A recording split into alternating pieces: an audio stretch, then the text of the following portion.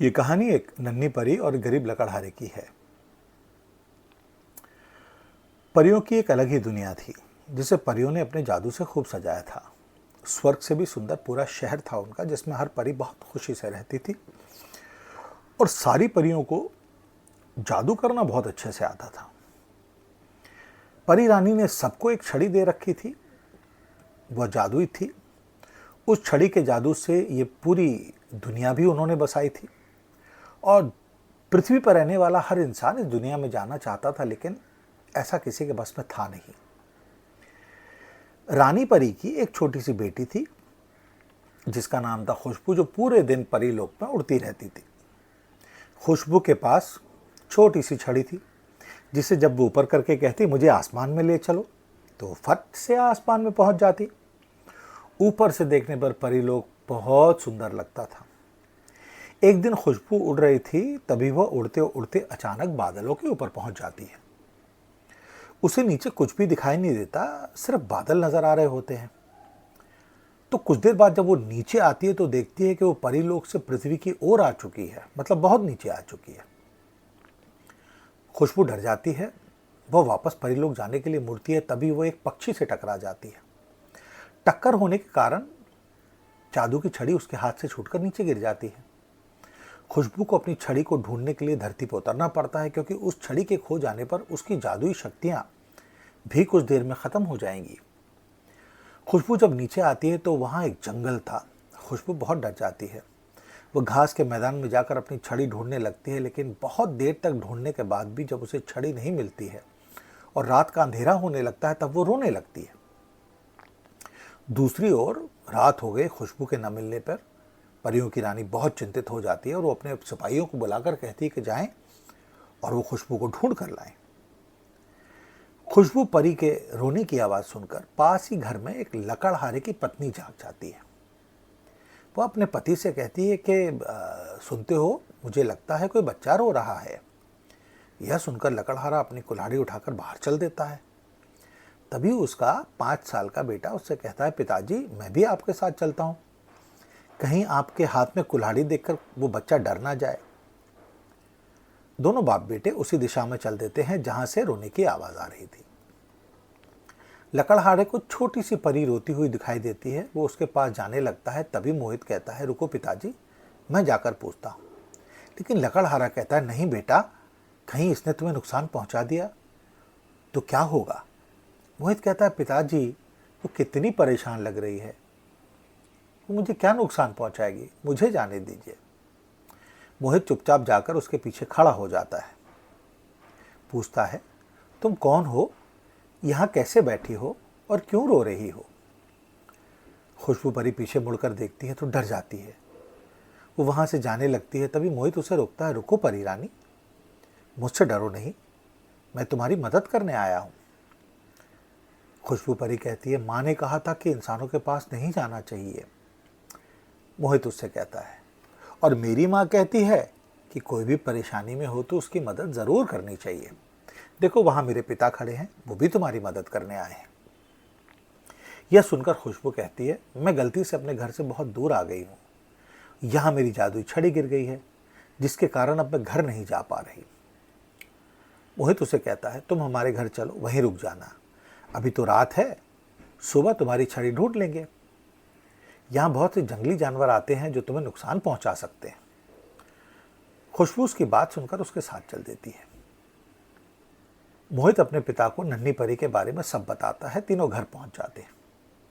मोहित की माँ छोटी सी परी को देखकर बहुत खुश होती है। वो कहती है, खुशबू तुम हमारी मेहमान हो, यहाँ आराम से रहो, लेकिन सुबह अंदर ही रहना, नहीं तो किसी ने अगर तुम्हें देख लिया कि तुम एक परी हमारे घर में रह रही हो तो फिर शायद वो तुम्हें पकड़ कर राजा के पास ले जाए। खुशबू बहुत खुश होती है। मोहित की माँ उसे खाना देती है, जिसे खाकर खुशबू कहती है, अरे ये तो बहुत स्वादिष्ट है, मैं अपनी माँ को ज़रूर बताऊंगी। अगले दिन सूरज निकलते ही मोहित अपने पिता के साथ छड़ी ढूंढने निकल पड़ते हैं, लेकिन बहुत ढूंढने के बाद, चप्पा चप्पा छान मारने के बाद भी जब उनको छड़ी नहीं मिलती तो दोनों थक हार के घर आ जाते हैं। खुशबू यह सुनकर बहुत उदास हो जाती है। उसे अपनी माँ की याद आ रही होती है, वो रोने लगती है। मोहित और उसकी माँ उसे चुप कराते हैं। अगले ही दिन दोनों बाप बेटे फिर से नई जगह छड़ी ढूंढने जाते हैं। जब उन्हें कहीं भी छड़ी नहीं मिलती तो वो अपने घर के लिए खाने का सामान लेने बाजार में चले जाते हैं। लकड़हारा जब बाजार से सामान खरीद रहा था तभी मोहित की नज़र पास में सुनार की दुकान पर रखी एक छड़ी की ओर जाती है। बस सोने की तरह चमक रही थी। मोहित देखता है ये तो बिल्कुल वही छड़ी है जैसे परी ने बताई थी। मोहित अपने पिता को सारी बात बताता है। लकड़हारा उस सुनार के पास पहुंचता है। लकड़हारा छड़ी के बारे में पूछता है तो सुनार कहता है, भाई कोई मेरे पास बेच गया है, सोने की है। लकड़हारा तक कहता है कि लाला जी, इसकी जो भी कीमत हो मैं आपको दूंगा, ये छड़ी आप मुझे दे दें। सुनार उसकी बहुत ज़्यादा कीमत लगा देता है, कई गुना। तुम इस छड़ी के बदले में अपना मकान और अपनी ज़मीन मुझे दे दो। लकड़हारा इस बात पे भी मान जाता है।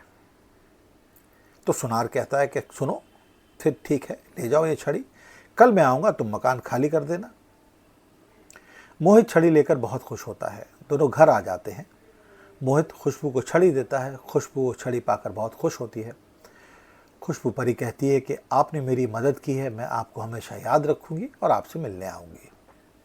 मोहित की माँ कहती है, ठीक है बेटी, हम भी तुमसे मिलकर बहुत खुश हैं। तीनों मिलकर खुशबू को परी को विदा करते हैं। खुशबू परी छड़ी की मदद से उड़कर अपने बादलों में चली जाती है और वहाँ से वो अपने परी लोक में चली जाती है।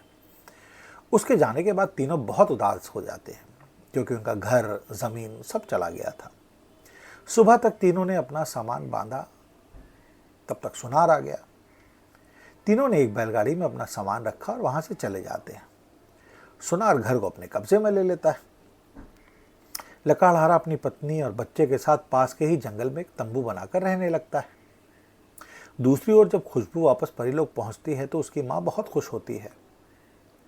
खुशबू अपनी माँ को सारी बात बताती है। दूसरे दिन खुशबू अपनी माँ, रानी परी और अन्य लोगों के साथ मोहित और परिवार से मिलने नीचे आती है, लेकिन वहाँ कोई नहीं था। तो रानी परी अपने सिपाहियों से कहती है कि वो जाकर लकड़हारे को ढूंढें। और जब सिपाही ढूंढते हैं तो जंगल पहुंच जाते हैं। वहाँ देखते हैं कि लकड़हारा अपने परिवार के साथ बेचारा एक तंबू में रह रहा है। वो तीनों को लेकर रानी परी के पास पहुंचते हैं। रानी परी को सारी बात का पता लगता है तो रानी परी कहती है, तुमने मेरी बच्ची की जान बचाने के लिए, उसे हमसे मिलवाने के लिए अपना सब कुछ खो दिया। तब मोहित की माँ कहती है, महारानी जी, हमने इसे अपनी बेटी माना था। ये आपसे मिलने के लिए बहुत उदास थी, इसलिए इसकी खुशी के अधिक हमें कुछ अच्छा नहीं लगा। हमने अपना घर, ज़मीन सब दे दी क्योंकि हम बच्चे को माँ से अलग नहीं रखना चाहते थे।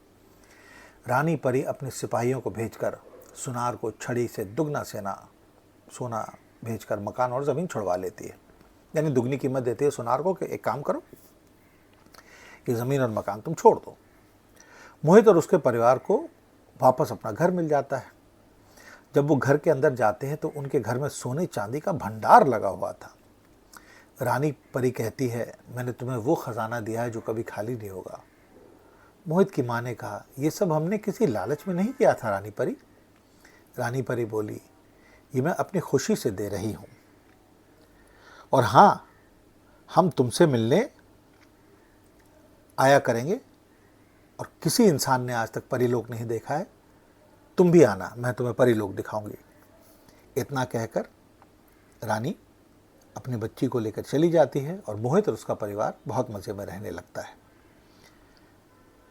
इस कहानी से ये लगता है कि कभी कभी हम किसी की मदद करने के लिए इतनी दूर चले जाते हैं और हमें लगता है कि हमने किसी की मदद करने के चक्कर में अपना सब कुछ खो दिया, गवा दिया। लेकिन हकीकत में ये है कि जो अच्छा करता है उसके साथ होता भी अच्छा है।